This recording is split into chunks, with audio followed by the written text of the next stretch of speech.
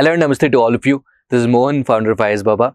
And finally, the first stage, that is the most awaited stage of UPSC exam, has just got over. That is UPSC Prelims 2025. And I hope all of you would have given your 100%. And in today's video, I'll be discussing about the difficulty level of the paper, the pattern, trends, new trends that were introduced this year, the distribution of marks across the subject and the difficulty level at each subject. And finally, the most awaited question, what would be the cutoff this year, right? So if you look at the difficulty level of the paper, I would say moderate to tough. And it was tougher than the last year paper, that is UPSC Prelims 2024, but it was relatively easier than 2023 Prelims paper. So it is in that mid-range, fine. So that is how the paper was set. And coming to the pattern of the paper, so we could see the previous patterns that were continuing. For example, that only one pair, two pair, and statement-based questions. In fact, even in 2010, actually there were 3 statements given. 10 and before that, there were 3 statement questions were asked. So that pattern has come back again. Fine. And also the questions in current affairs, the awards-based, sports-based questions have repeated again. And the PYQs definitely has played an important role this year too. And be it with Aragata or that was asked in 2016, it was a straightforward repetition this year too. And there was this new world and old world, right, that you could relate. I think that was asked in 2018, that you could relate to this year's the fruits that were introduced by Portuguese this year, or even the minerals, major and minor minerals. So many questions like this have come from PYQs this year too. And coming to the new trend, we could see that 3 statement questions were asked. That actually made the solutions difficult. And economics, a couple of questions were more of CSAT type, isn't it? So their numbers were given, so that was little more of CSAT type. And the other change, third change that I could see there was in the options, Roman numbers were used instead of numerical 1, 2, 3. Fine. So this way the changes that we could see. And if you look at it overall, a student who has a strong basics, conceptual clarity, and who's gone through the PYQs has done well in this exam. And that is one aspect of it.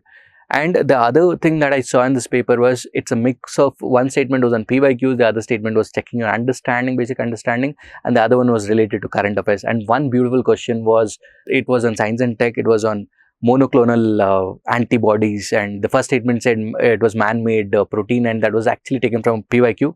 And then the next was on more of binding nature, that was checking your basic understanding. And third was on Nipah virus, so that was on current affairs based. So it was beautifully framed question, but of course that made it difficult as well for the students.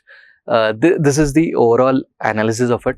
And coming to the distribution of the marks, and this year too, 58% of the questions have come from static part, that is polity, history, economics and geography, right? I have always been saying that please focus on your static, and that will give you the success that you actually require for prelims.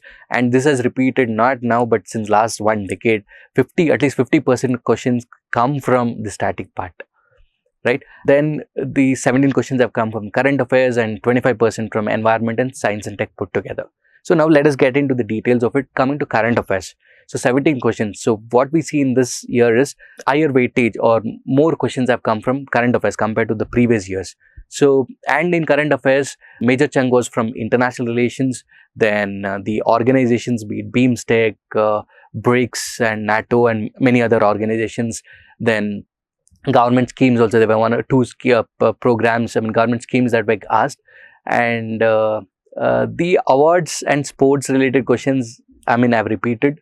But see, the other aspect of this year prelims paper is, you feel that you know that sport or you know that question, but once you go into it, it was little difficult because of very factual nature or micro level of question that were asked. Like for example, in Coco was asked, and even chess mein was opposition, or by how many goals they won or lost. So this made it a little tougher there. And then coming to the next part, that science and tech was tough this time, because it was not at the surface level. Though the science and tech environment had a little bit of overlap with the current affairs, the science and tech was asked 1 level deeper. So you feel that unmanned vehicles, all this you would have read or you've somewhere, but the kind of question that they asked made it really tough, especially with science and tech. Environment, when you compare it with science and tech, it was relatively easier and doable. So this is the overall analysis with respect to science and tech and environment. Now going to the core subjects, that is polity. There were around 14 questions that had come from polity, and 2 questions were really difficult, and that was the similar pattern that we could see in all the core subjects, and almost more or less the questions ranged from like 12 to 16 from all these 4 subjects each. So polity mein fact based, as I already said, PYQs definitely has helped this year too.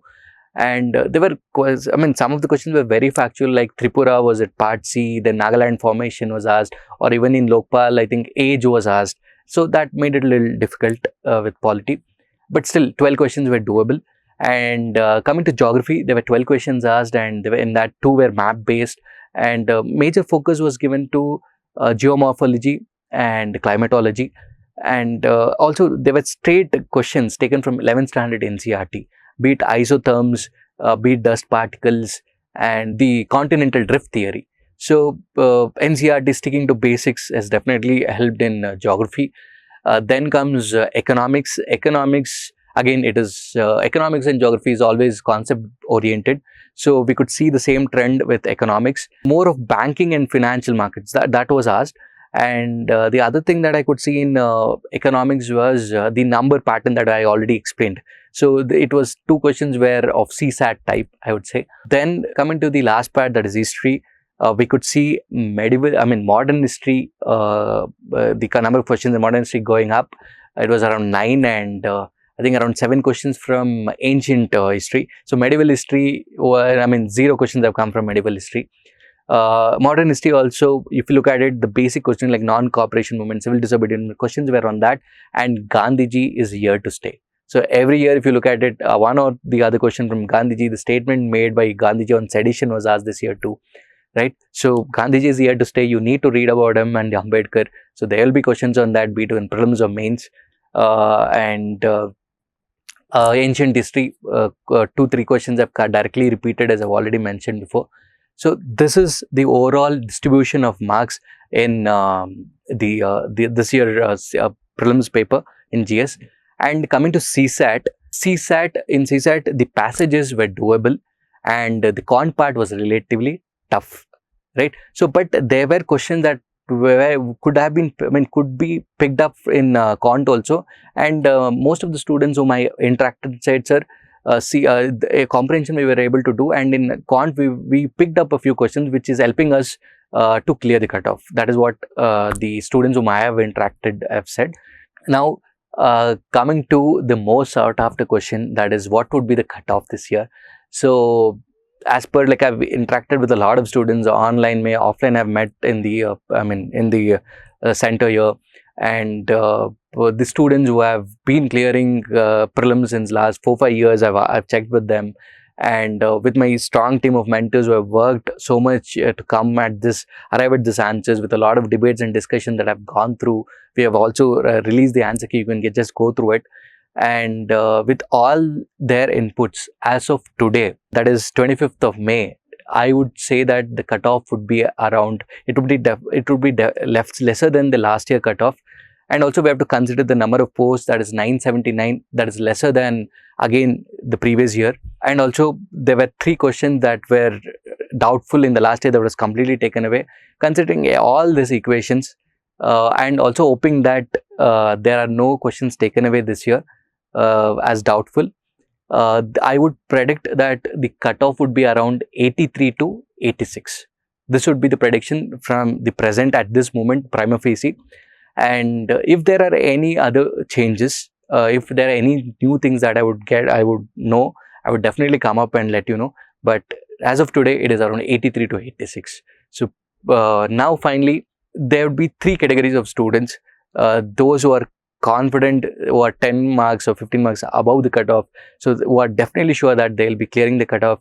The other group of students are in that border range, so where most of them are around 80 to 85, that range. Or then the third category is people who know that, students who know that definitely I'm not going to clear. So for the first 2 categories, I would definitely say that please kickstart your preparation. Take a couple of days off, but do kickstart your preparation, because as you know, the number of days for the mains exam is very less this time, around 89 days only. So do kickstart your preparation. And you know that, I mean, the results would be announced I would say that by June 10th, the results would be, prelims results would be out. So don't wait for it, but please kickstart your preparation. And we have come up with very beautiful program this year, which will definitely make a difference. That is called Mains Exclusive Program and Sankalp, the Daily Answer Writing Challenge. You can definitely, enroll for this. And coming to students who will not be able to make it, please don't lose hope, right? There's always another attempt, and we should make sure that that is your best attempt. Whether you are part of IASbaba, not part of IASbaba, you are always welcome. The doors are wide open.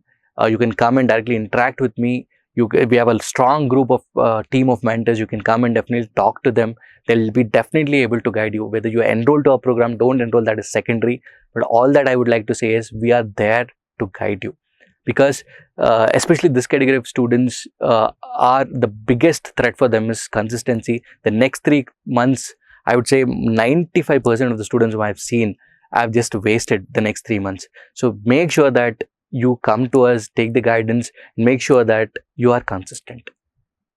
And thank you, and wish you all the best.